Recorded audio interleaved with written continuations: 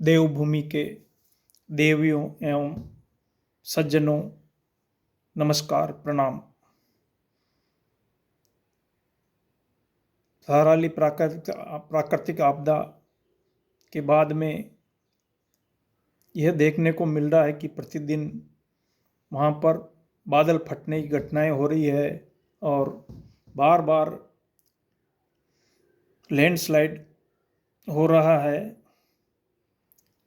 यह प्राकृतिक आपदा इस वर्ष ज़्यादा देखने को मिल रही है। ऐसे लग रहा है जैसे यह कोई दैवीय प्रकोप है या मानवीय कारण है। हो सकता है कि प्रकृति के साथ में ज़्यादा छेड़छाड़ प्रकृति सहन नहीं कर पा रही हो, क्योंकि पूरे हिमालय में इस वर्ष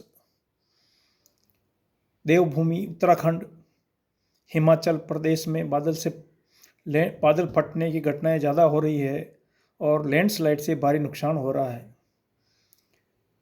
5 अगस्त को धराली की प्राकृतिक आपदा में हमने देखा है कि किस तरह पूरा एक हंसता खेलता गांव मटिया मेट हो गया, पूरा नष्ट हो गया। उत्तराखंड सरकार निरंतर प्रयासरत है सहायता पहुंचाने के लिए और पुनर्स्थापन के लिए।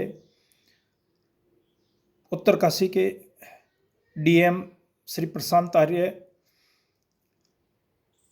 मौके पर पहुंचकर राहत कार्यों की देखरेख कर रहे हैं एवं स्वयं मौके पर उपस्थित होकर कार्य को अंजाम दे रहे हैं। यह बहुत ही सुखद बात है। इसके लिए उत्तराखंड सरकार को कोटिशः अभिवादन। दोस्तों, देवभूमि की यह स्थिति पहले 100 वर्षों में कभी देखने को नहीं मिली। इसके लिए विचारणीय विषय है। इस प्राकृतिक आपदा के बारे में मौसम वैज्ञानिकों, भूगर्भ शास्त्रियों एवं प्रशासन नेताओं को पुनः इस बारे में गंभीरता से विचार करना चाहिए। क्या जो विकास के कार्य हो रहे हैं उससे तो कहीं विपरीत परिस्थितियां पैदा नहीं हो रही है, इसके बारे में सोचना चाहिए। हो सकता है कि इसके कारण ढूंढे जाए और इसके जो कारण है मेरे दृष्टिकोण में ये हो सकता है कि सड़कों का ज़्यादा चौड़ीकरण, भवनों होटलों का युद्ध स्तर पर निर्माण, वन की कटाई और वाहनों का भारी आवागमन, हिमालय क्षेत्र में बड़े बड़े बांधों का निर्माण एवं बिजली उत्पादन के लिए बड़े बड़े हाइड्रो पावर बनाने के लिए बड़े मशीनों का प्रयोग, जिससे यातायात की वजह से एवं भारी मशीनों के ध्वनि के प्रदूषण के कारण पूरा हिमालय क्षेत्र कमज़ोर पड़ता जा रहा है, ऐसा लग रहा है। इसके पीछे संभावनाएं यही है। इसकी वजह से लैंडस्लाइड ज़्यादा हो रहा है।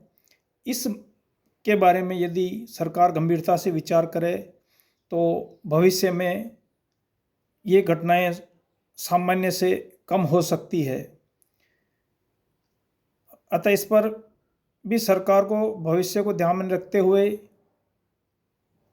पहाड़ों के मूल स्वरूप को बनाए रखने के लिए प्रकृति के साथ में छेड़छाड़ कम हो, निर्माण कार्य कम हो, वनों की कटाई कम हो, तो संभव है कि ये घटनाएं नियंत्रित की जा सकती है। इसके बारे में मौसम वैज्ञानिक, भूगर्भ शास्त्री, अन्य जो इससे संबंधित जानकार है हिमालय में, के बारे में जानकार है उनसे राय मशविरा करके सरकार को गंभीरता से इसकी ओर ध्यान देना चाहिए। धराली के निवासियों के लिए हमारी पूरी संवेदनाएं हैं, पूरा देश इनके साथ में है। यही हम लोग चाहते हैं कि भविष्य में देवभूमि में घटनाएं कम हो, जनहानि कम हो।